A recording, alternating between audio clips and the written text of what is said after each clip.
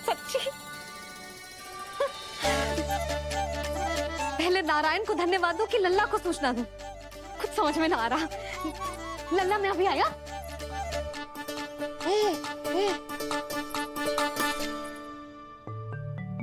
आपका बहुत बहुत धन्यवाद नारायण। अब शीघ्र ही मेरे लल्ला और उसके दाऊ को उनके नाम मिल जाएंगे, वो नाम जिससे वे पूरे संसार में पहचाने जाएंगे। अब लल्ला का बताती हूँ। लल्ला, तू जैसे ही 100 दिवस का हो जाएगा, तेरा और तेरे दाऊ का नामकरण हो जाएगा। हाँ हाँ, किंतु आपने तो बताओ ही ना, हम इन दोनों को मिलवा कब सकते हैं? क्या देख रहे हो, बताओ तो। यशोदा, पंडित जी ने कही कि दोनों भाइयों को मिलवाने के लिए कोई मुहूर्त की आवश्यकता ना है, तो हम चाहे तो इन्हें आज भी मिलवा सकते हैं। लल्ला सुनो तूने, तू आज ही अपने दाऊ से मिल सकते है। मैं अभी सारी तैयारियां करती हूँ। भव्य मिलन होगा गोकुल में, भव्य मिलन। कुंडली के अनुसार इन दोनों के 8 पुत्रों में से 2 जीवित बचे हैं। पहला तो रोहिणी पुत्र है, पर दूसरा कौन है? और वो कन्या कौन थी जिसे कंस ने मारा था? वासुदेव की कुंडली में अभी तक पुत्री योग बना ही नहीं है।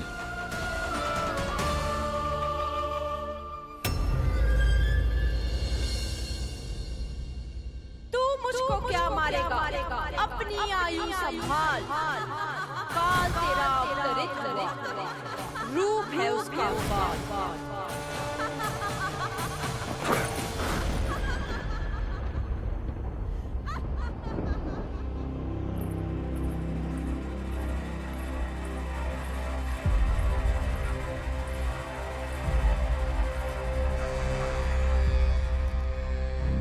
आधी रात को इस तरह से उठकर बैठे हुए हैं आप स्वामी।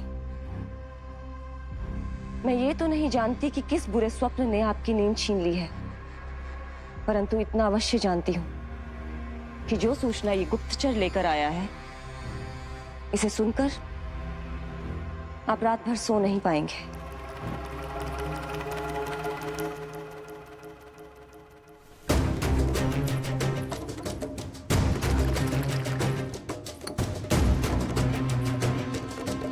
क्या सूचना है? महाराज, उत्कच मारा गया। उत्कच मारा गया। उत्कच मारा गया।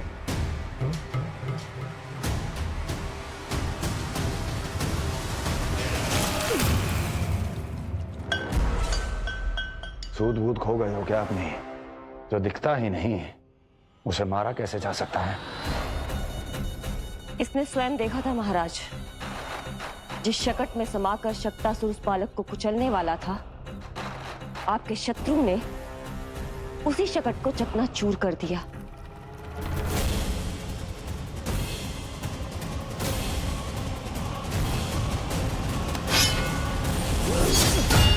महाराज क्षमा। लगता है आपके सैनिक और तलवार दोनों की धार कुंद पड़ गई है महाराज।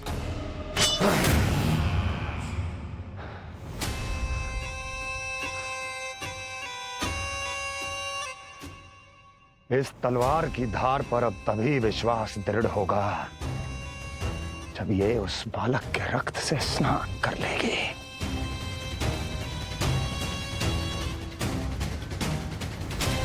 और कैसे? कैसे?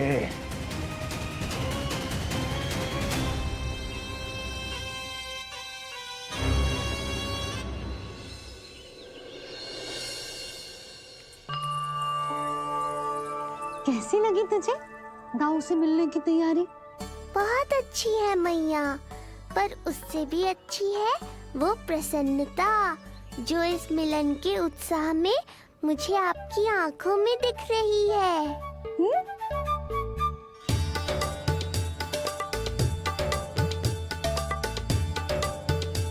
यशोदा, तुमने तो 2 भाइयों के मिलन को भी त्योहार बना दिया। हाँ तो जे किसी त्योहार से कम थोड़ी ना है। जे शुभ दिन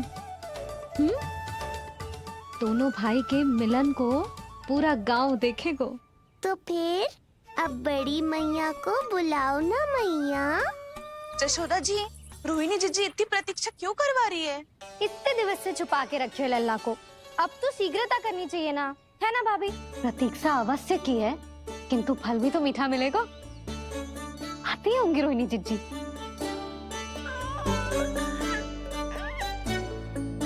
जीजी, कहीं उन्होंने अपना विचार तो ना बदल दियो?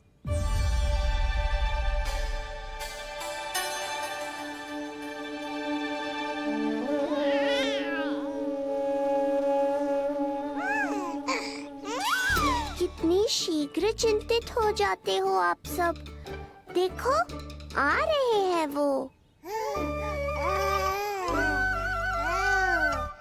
लाल छुपा रखने को विवश थी नियति की सताई, भूल के भय माज प्रभु की जग सम्मुख है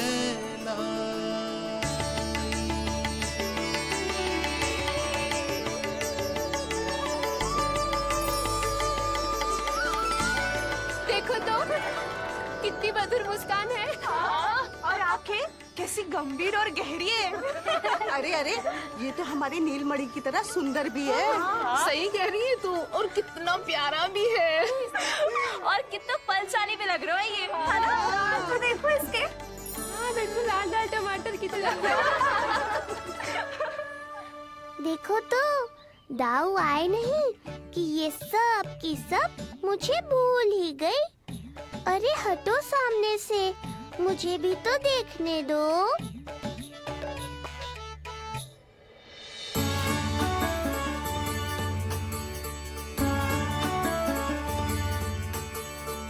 मैया सहायता करो ना।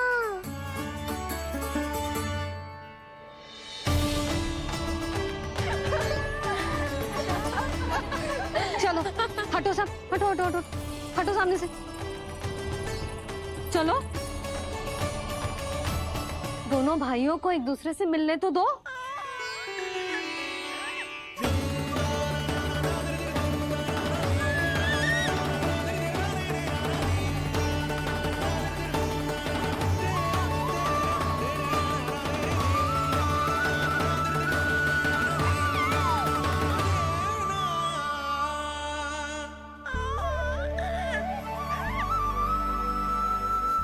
चल लल्ला, चल आजा। देख लल्ला, आ गए जे तेरे भैया, तेरा दाऊ। जी भर के बातें करो और निहारो एक दूसरे को। लाओ जिंजी, आजा। ये रहे तेरे दाऊ। आओ जिंजी।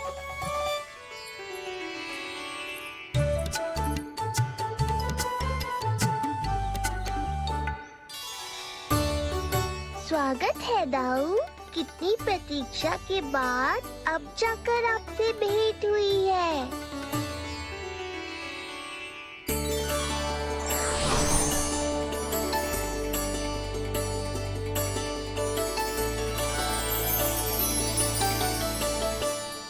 क्या हुआ दाऊ, मुझे पहचान नहीं पा रहे? कितनी देर लगाओगे दाऊ? अब तो पहचान लो, छोटा भाई हूँ आपका।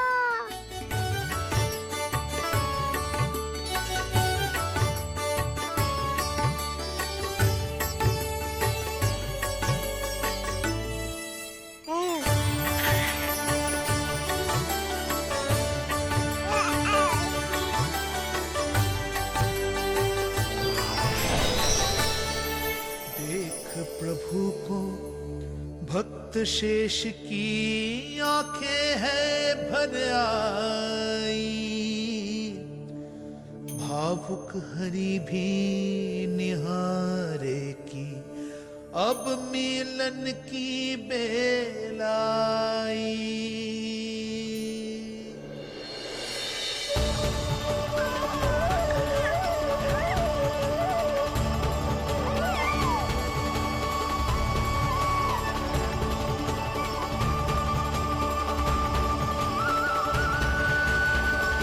प्रभु, आपके दर्शन पाकर मैं धन्य हो गया।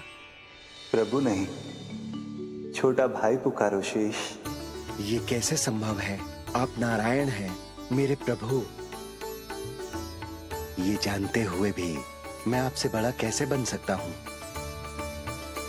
हर दुविधा की तरह इसका भी समाधान है शेष। अब तो हम एक दूसरे से मिल भी चुके हैं। पृथ्वी पर हमारा सूत्र जुड़ चुका है, इसलिए समय के साथ तुम ये भूल जाओगे कि तुम्हारा ये भाई मेरा ही अवतार है। ये क्या कह रहे हैं प्रभु? वही जो आवश्यक है। नहीं तो तुम नीलमणि के बड़े भाई होने का कर्तव्य कैसे निभाओगे? कैसे डांटोगे मुझे? और बड़े होने के नाते मुझ पर अधिकार कैसे दिखाओगे? पर प्रभु, पर किंतु परंतु ये सब भूल जाओ शेष। आज से इसी क्षण से मैं हूं तुम्हारा छोटा भाई और तुम मेरे ताऊ। मैं हूं तुम्हारा छोटा भाई और तुम मेरे ताऊ। नारायण नारायण दाऊ।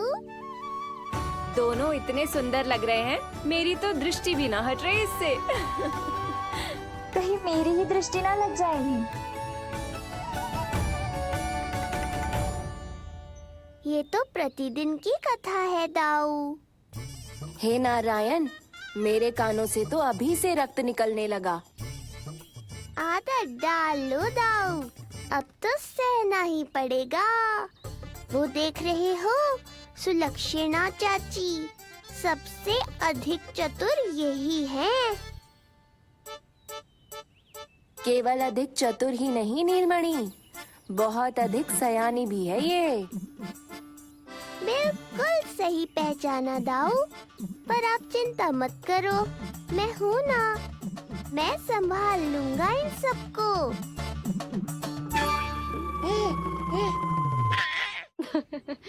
देखो तो जिज्जी, इन दोनों की दृष्टि एक दूसरे से ऐसी चिपक गई है कि अब हटने का नाम ही ना ले रही। ये सूचक है उस प्रेम के बंधन का जिसमें ये दोनों भाई आज के बाद सदा के लिए बंध जाएंगे।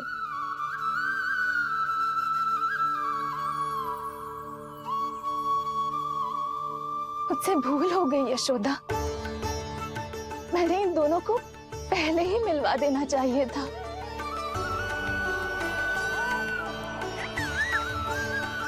मैं कहती थी ना आपसे।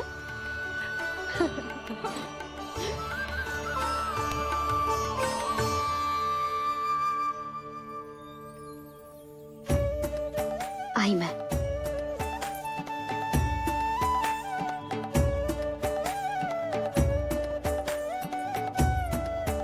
क्या सोच रहे हो ऐसे खड़े खड़े?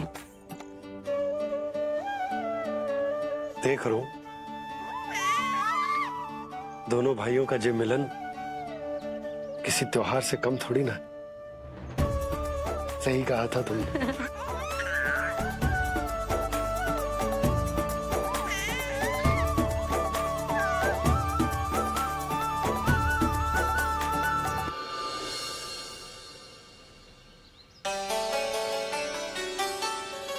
सुना ना तूने जो गोपिया क्या कह रही थी कि नीलमणि का दाऊ कितना बलशाली है। इसका तो यही अर्थ हुआ ना कि नीलमणि अपने दाऊ जितना बलशाली ना है। अब समझा मैया कि आज मुझसे इतना व्यायाम क्यों करवाया जा रहा है। पर मुझे पता है मेरा नीलमणि सबसे अधिक बलशाली है। हाँ। उज्जवल ने कही थी ना, नीलमणि ने यूं उड़ा दिया था काले कौवे को मथुरा की ओर। और उज्जवल ने तो ये भी कही थी कि नीलमणि ने अपने पांव से सकट पे प्रहार भी किया था। कैसे किया था प्रहार? ऐसे किया था। लग गई मैया को। कैसे किया था? फिर से बता कैसे किया था?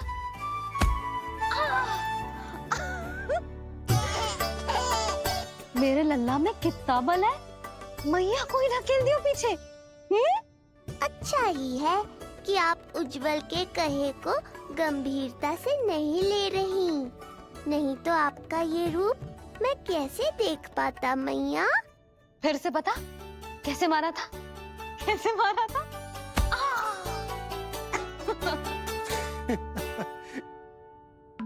लल्ला तू बड़े के जैसे कब से हंसने लगो?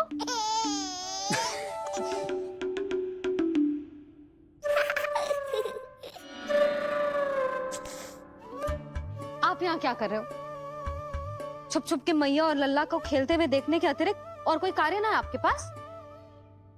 कार्य तो है, पर यह अधिकार भी है कि मैं अपनी बड़ी सी पत्नी को अपने छोटे से लल्ला के साथ छोटे बालकों की तरह व्यवहार करते हुए देखूं। अब देख लियो ना, अब जाओ अपना कार्य करो।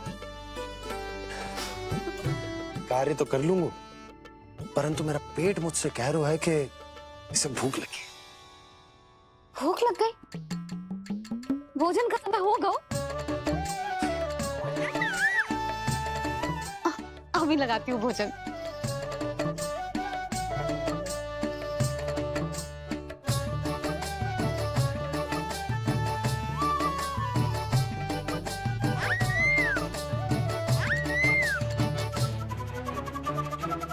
क्या हुआ लल्ला? इतना उतावला क्यों हो रहा है तू? तुझे भी भूख लगी आई है क्या? सच्ची में भूख लगी आई है कि मंद मंद मुस्कुरा के मैया को बांधना चाहता है? तनिक रुक जा, तेरे बाबा को भोजन परोस के यूं गई और यूं आई।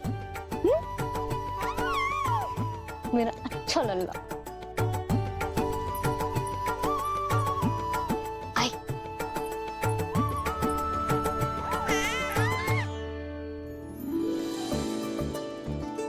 आज केवल रोटी है खाने में? ना, दाल है ना, तरकारी भी है, दही है, लड्डू भी है। तो दाल ले आओ। अभी लाई है।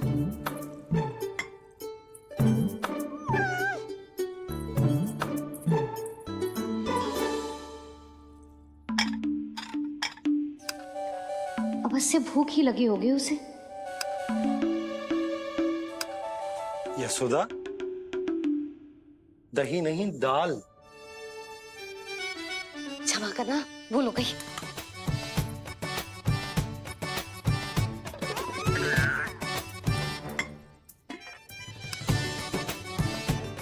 यशोदा, दाल दाल।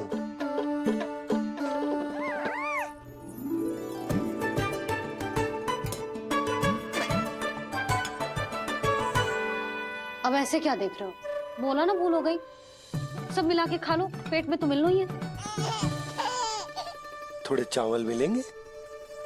हाँ मिलेंगे, अवश्य मिलेंगे।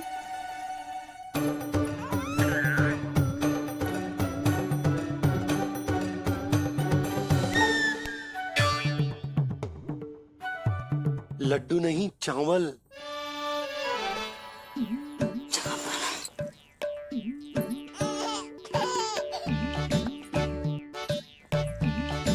हंस क्या रहे हो जी?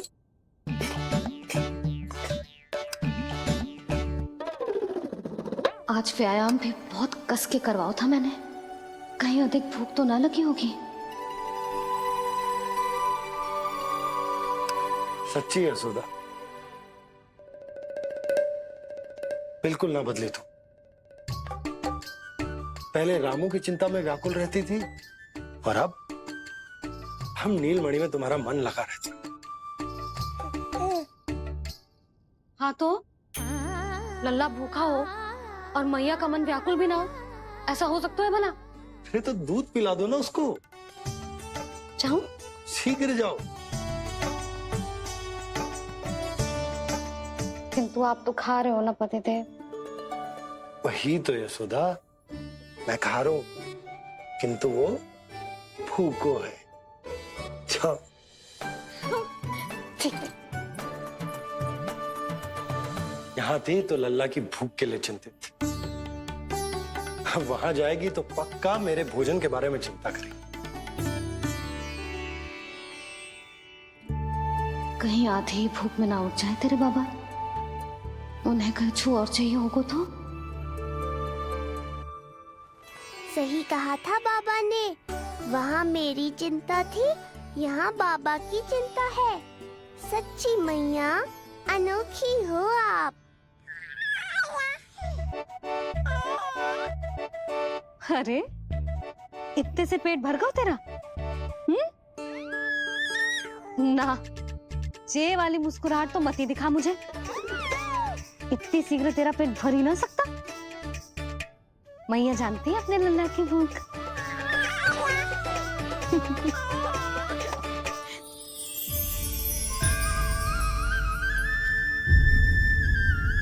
ये क्या है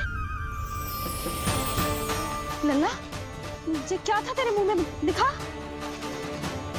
दिखा। ओहो, मैं तो भूल ही गया था कि मेरे भीतर ही तो सारी सृष्टि समाई हुई है। मैया ने उसकी झलक देख ली, अब क्या होगा? क्या हुआ यशोदा? सुनो जी, हमारे लल्ला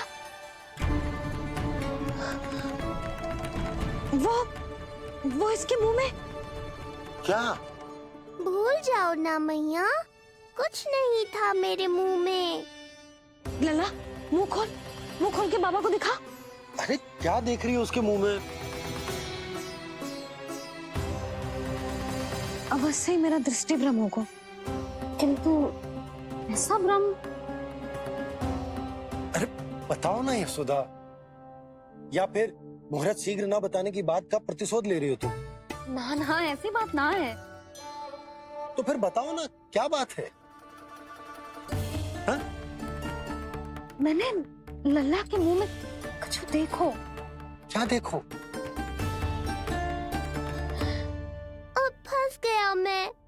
मैया बाबा को सब कुछ बता देंगी और राय का पहाड़ बन जाएगा। फिर कैसे संभालूंगा इन दोनों को? ऐसे लगो जैसे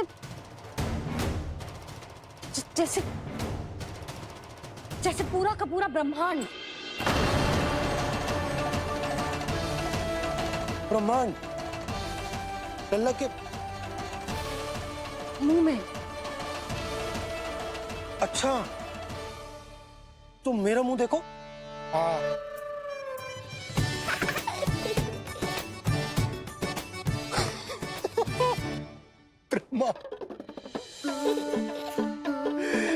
यशोदा, मुझे पता था आप मेरा उपहास उड़ाओगे। अरे नहीं, तुम देखो तो सही।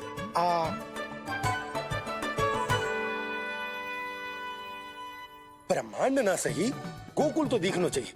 अरे गोकुल को राजा हूं मैं, है कि ना? है? देखो, अरे देखो। धन्यवाद बाबा, आपने इस बात को गंभीरता से नहीं लिया, इसलिए अब मैया भी नहीं लेंगी।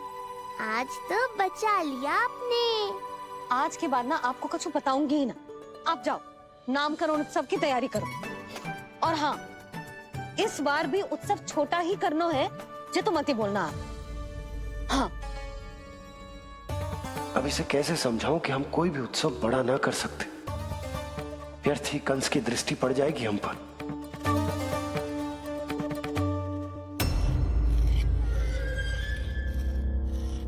लगता है आपके सैनिक और तलवार दोनों की धार कुंद पड़ गई है महाराज।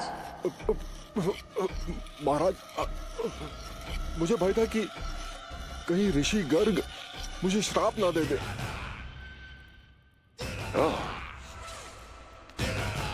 तो श्राप से भयभीत हो गए दुर्जन, किंतु कंस तो कोई श्राप नहीं देता, सीधा मृत्यु देता है। ऐसा न करें महाराज। दया करें, दया निदान।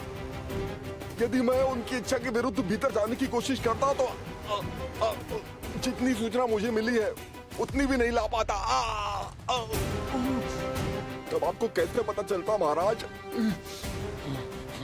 कि आपकी बहन और बहनोई मात्र अपनी वृद्ध संतानों के श्राद्ध के लिए वहां नहीं गए थे?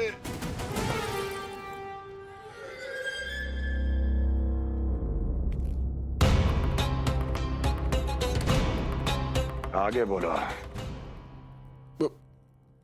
पूरी तरह तो नहीं सुन पाया महाराज, किंतु मैंने स्वयं अपने नेत्रों से देखा है महाराज। राजकुमारी देवकी ने ऋषि गर्ग के हाथ में कुछ दिया था। ये सत्य है महाराज, और ऋषि गर्ग ने उन दोनों को वचन भी दिया था। सही समय की प्रतीक्षा कीजिए राजन, आपके दोनों कार्य पूर्ण होंगे। महाराज, मैं आपका सबसे विश्वसनीय सेवक हूं। आपके हर आदेश का पालन करना मेरा अधिकार है, और मैंने अपने अधिकारों का पालन किया भी है महाराज। किंतु फिर भी यदि मेरी ओर से कोई भूल हुई हो, मुझे क्षमा करे दया निदान, मुझे क्षमा करे। इसका अर्थ है कि उत्कच सही कह रहा था। वो दोनों अवश्य ही कोई ना कोई षड्यंत्र रच रहे हैं मेरे विरुद्ध। समय आ गया है, अब मुझे किसी ऐसे की खोज करनी होगी जो उतना ही शक्तिशाली हो जितनी की मेरी ये तलवार।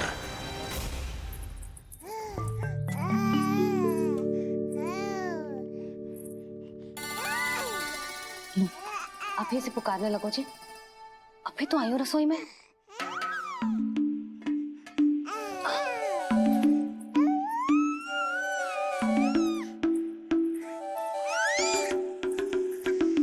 शीघ्र ही तुझे भी अपने बाबा का हाथ बटाना पड़ेगा, समझ रहे हो ना? बटाएगा ना हाथ?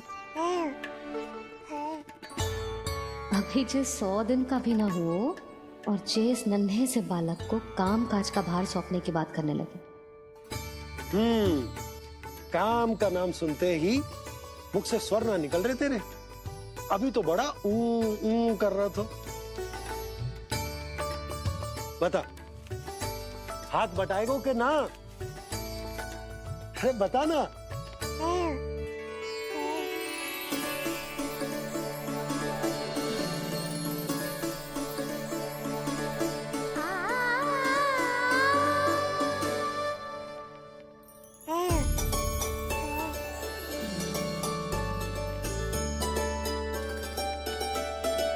कल तू पूरा 100 दिन को हो जाएगा लल्ला।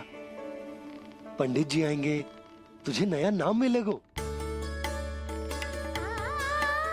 देखो तो मन में तो इनके भी कितना उत्साह भरो है, बस दृष्टि में मैं ही आती हूँ।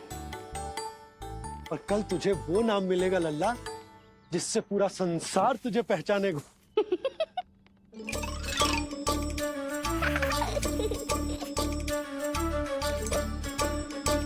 अब लल्ला, कितना कार्य शेष है और तूने मुझे बातों में लगा लियो। मुझे क्यों फंसा रहे हो बाबा? छुपाने की कोई आवश्यकता ना है। जितनी उत्साहित मैं हूँ उतने ही उत्साहित आप भी हो इसके नामकरण को लेके, पता है मुझे। लल्ला के नामकरण पे उसके बाबा उत्साहित ना होंगे?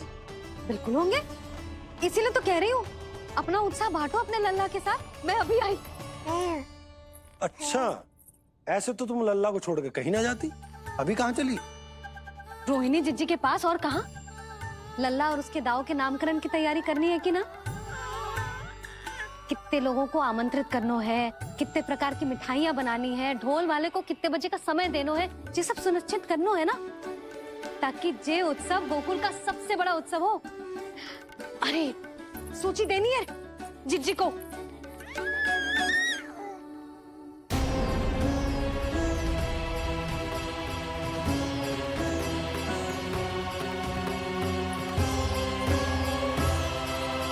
सबकी कोई आवश्यकता ना है। आवश्यकता ना है मतलब कहना क्या चाहते हो आप? मैं ये कहना चाहता हूं कि यशोदा, सत्य तो ये है कि हमें दुख में ना अत्यधिक दुखी होना चाहिए और ना सुख में अत्यधिक उत्साहित। प्रसन्नता कितनी भी क्यों ना, हमें उत्सव संयम से ही मनाना चाहिए। इतने वर्ष संयम ही तो रखा था ना नंद जी। ये समय संयम का ना आनंद से बावले हो जाने का है। यशोदा, हम आयोजन छोटा ही करेंगे। मैं कुछ सोच समझ कर ही तो कह रहा हूं। पर क्यों? मुझे भी तो समझाओ। हर बात समझाने की ना होती है यशोदा। अच्छा, पति पत्नी में भेद हो तो है? ठीक, मैं कोई भेद ना रखूं।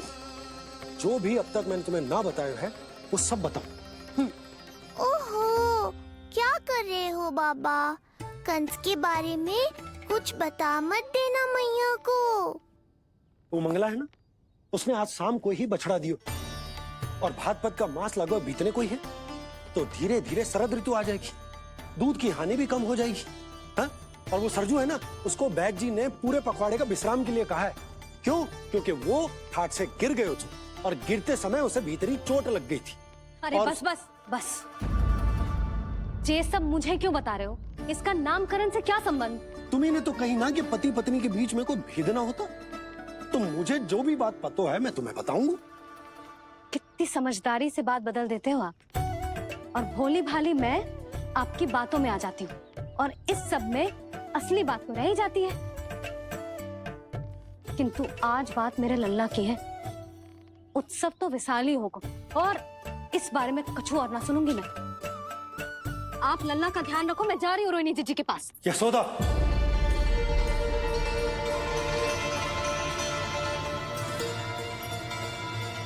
बात केवल सुनने की ना होती, उसे समझना भी पड़ता है।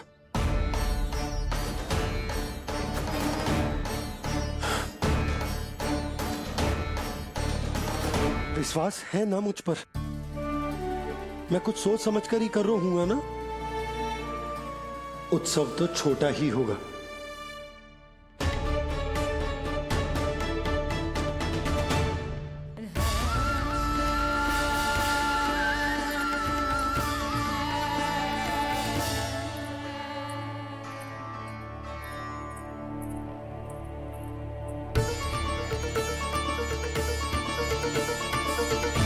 क्षमा करना लल्ला, तेरी मैया को डांटना पड़ गया। आपको मेरी सुरक्षा की चिंता है बाबा, समझता हूँ मैं, इसलिए आपने ये निर्णय लिया है। समझ में नहीं आता, कब कौन सा निर्णय क्यों लेते हैं आप? यदि कंस को समझना इतना आसान होता तो कंस नहीं होता। ये नया सिंहासन उसके लिए है जो मेरा विश्वास पात्र बनेगा। मेरे दाहिने हाथ की तरह मेरे मन के सबसे निकट होगा वो। मंत्री परिषद में विशेष स्थान की प्राप्ति होगी। मेरे बाद पूरे राज्य के लिए उसी का वचन होगा। शासन। किंतु ये अधिकार केवल उसे प्राप्त होगा जो मेरी परीक्षा में उत्तीर्ण होगा। मेरा सबसे महत्वपूर्ण कार्य करेगा वो। इसलिए जाओ, कह दो सभी बाहुबलियों को, महाबलियों को, दैत्यों को, दानवों को, प्रेतों को, पिशाचों को, सभी को ये सूचना दे दो ना ना ना ना, सूचना नहीं, चुनौती दो कि यदि साहस है तो आए, मेरी परीक्षा में उत्तीर्ण हो और इस सिंहासन पर बैठने का अधिकार प्राप्त कर ले। जाओ। और हां, ये अवश्य कहना कि केवल वही आए जिनके हृदय में साहस का ज्वालामुखी धधकता हो, जिनकी तलवारें पर्वतों का सीना चीरने को व्याकुल हो, जिनकी संकल्प शक्ति इतनी दृढ़ हो कि मृत्यु से टक्कर ले लें। कायर नहीं चाहिए मुझे। जाओ। महाराज, आप जिसे भी ये विशेष पद देंगे, भविष्य में यदि वही हमारे शीश पर बैठ गया तो क्या करेंगे आप? पहले ऐसा कोई योद्धा सामने तो आए अस्ति, जो उस विष्णु के अवतार का संहार कर सके।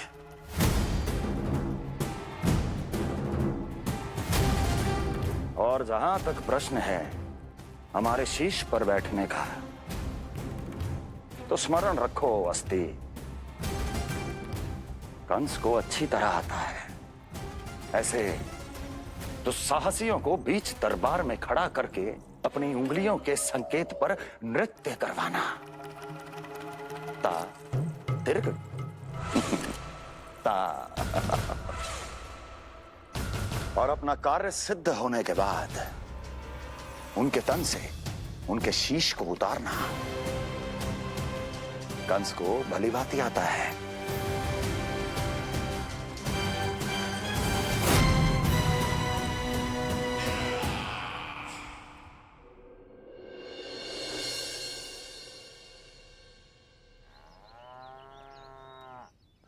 पूरे 100 दिन का होगा हुआ तो लल्ला, कम से कम 100 व्यक्ति तो आने चाहिए थे ना तेरे और तेरे दाऊ के नामकरण में। हाँ, अब तुम मुस्कुरा क्या रहो है? तू ही बता, जे भवन देख के लग रहा है कि यहाँ कोई उत्सव है? बिना अतिथियों के कैसा उत्सव और कैसा आनंद, तू ही बता। और मैं करूं भी तो क्या? पता है लल्ला, मुझे तो लग रहा है तेरे बाबा ना कंजूस होगा है। नहीं तो भला और क्या समस्या हो सकती है उन्हें बड़े आयोजन से? अरे गोकुल के राजा का लल्ला है तू, राजकुमार। यदि तेरा आयोजन बड़ा ना होगो तो भला किसका होगो?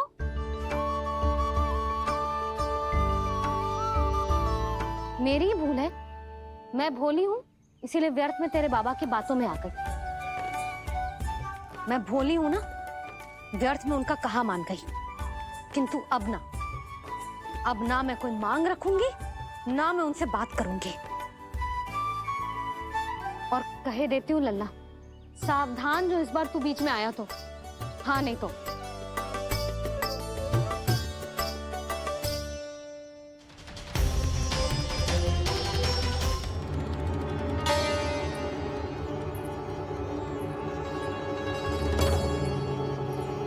क्या होगा? हाँ, सब ठीक तो है ना? आप इतनी चिंता में क्यों हो जी? कुछ बुरी सूचना तो ना मिली? अब जे मत ही कहना कि जे भी मुझसे छुपाना पड़ेगा। जो भी है मुझे बताओ। पंडित सदानंद जी महाराज वो नामकरण के लिए ना आ सके। उनकी बिटिया के पांव भारी, उसे लिवाने वो समझाने गए। ये तो शुभ समाचार है।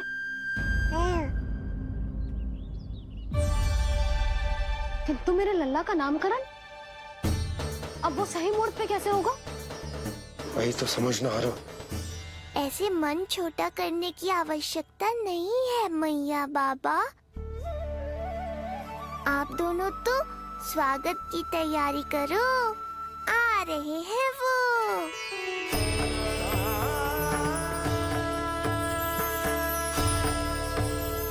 लो, आ गए वो जिनकी मुझे प्रतीक्षा थी।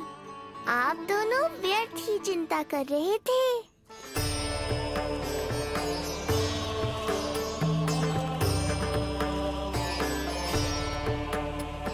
अब कौन करेगा मेरे लल्ला का नामकरण? ऋषि गर्ग, नंदराज, रानी भाभी, महान ऋषि गर्ग हमारे गांव में पधारे हैं।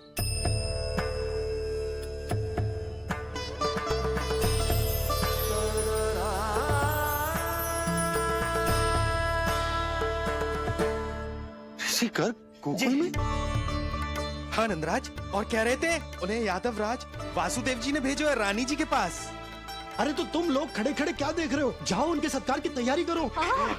जी यशोदा, उनके स्वागत की तैयारी करो। सुनो जी, वो तो यादवों के कुलगुरु है ना, रोहिणी जीजी के यहाँ आए हैं, हमारे यहाँ आएंगे।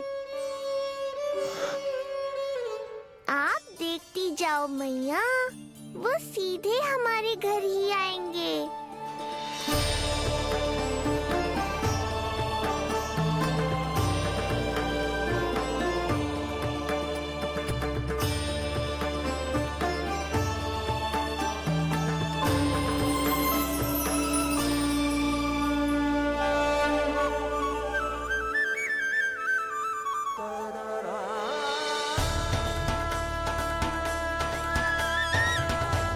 ये क्या हो रहा है मुझे? मैं उस भवन की ओर क्यों बढ़ा जा रहा हूँ? क्योंकि आपके यहाँ आने से ही मेरी मैया बाबा की चिंता समाप्त होगी ऋषिवर। ये बात तो मैं न जानता, परंतु मुझे जाकर उनको स्वागत करना चाहिए।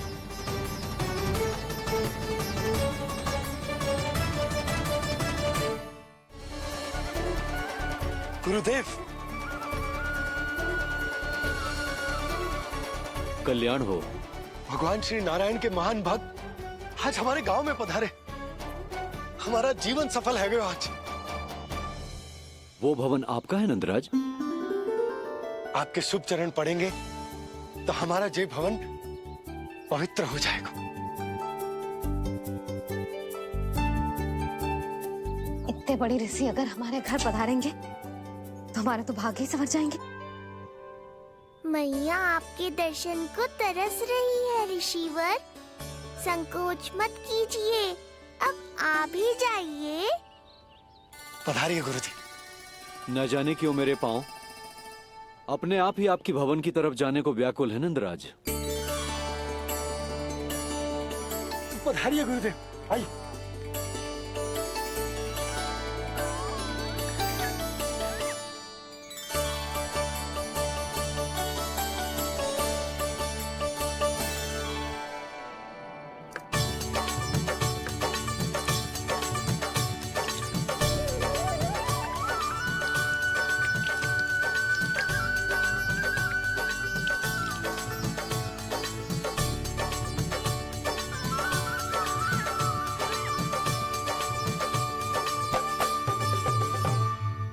कल्याण हो। पधारिए।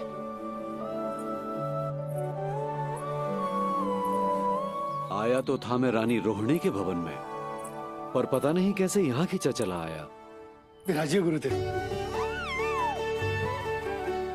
महाराज, आप इसे भी रोहिणी जीजी का ही घर समझिए, मैं अब भी बुला कर लाती हूँ। महाराज, ये हमारा सौभाग्य है कि आपने यहाँ आना स्वीकार किया। कहिए, क्या सेवा करूं मैं आपकी? मुझे आपके भाई वासुदेव ने भेजा है नंदराज।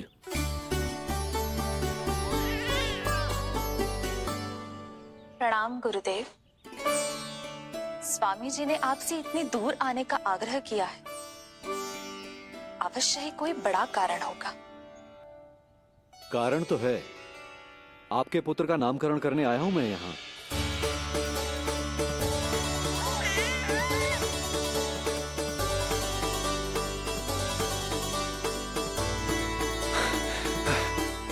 ऋषिवर, तब तो आप अत्यंत ही शुभ दिन पधारे।